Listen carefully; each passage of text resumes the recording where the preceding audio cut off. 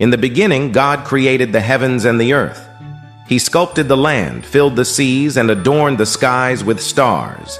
On the sixth day, God shaped a man from the dust of the ground, breathing life into him. This man, named Adam, walked with God in the lush Garden of Eden. In Eden, where every tree and plant flourished, God planted two special trees, the tree of life and the tree of the knowledge of good and evil. He entrusted Adam with the care of the garden, allowing him to freely eat from any tree except the tree of the knowledge of good and evil, warning him that eating from it would bring death. Adam marveled at the beauty of Eden, but he was alone. So God caused Adam to fall into a deep sleep, took a rib from his side, and fashioned a woman whom Adam named Eve.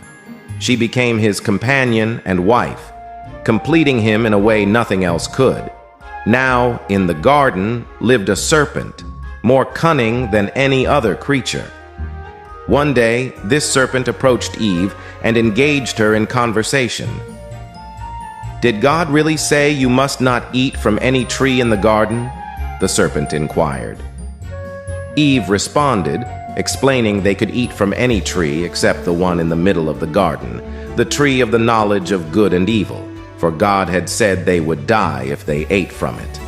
The serpent craftily countered, "You will not surely die. For God knows that when you eat of it, your eyes will be opened, and you will be like God, knowing good and evil." Eve saw that the fruit of the tree was pleasing to the eye and desirable for gaining wisdom. She reached out, plucked a fruit, and ate it. She then offered it to Adam, who was with her, and he also ate. Suddenly, their eyes were opened. They realized they were naked and hastily sewed fig leaves together to cover themselves. They heard the sound of God walking in the garden in the cool of the day, and in fear, they hid among the trees. "Where are you?" God called out to Adam. Adam answered, "I heard you in the garden, and I was afraid because I was naked, so I hid." God asked, "Who told you that you were naked? Have you eaten from the tree that I commanded you not to eat from?" Adam admitted, "The woman you put here with me, she gave me some fruit from the tree, and I ate it." Then God turned to Eve and questioned her. She said, "The serpent deceived me, and I ate."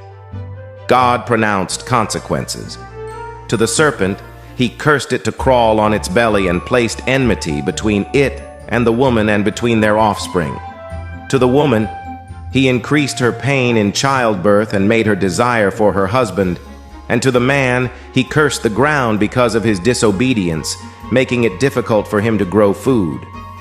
Before banishing them from Eden, God made garments of skin for Adam and Eve to clothe them. He then sent them out of the garden and stationed cherubim and a flaming sword to guard the way to the tree of life.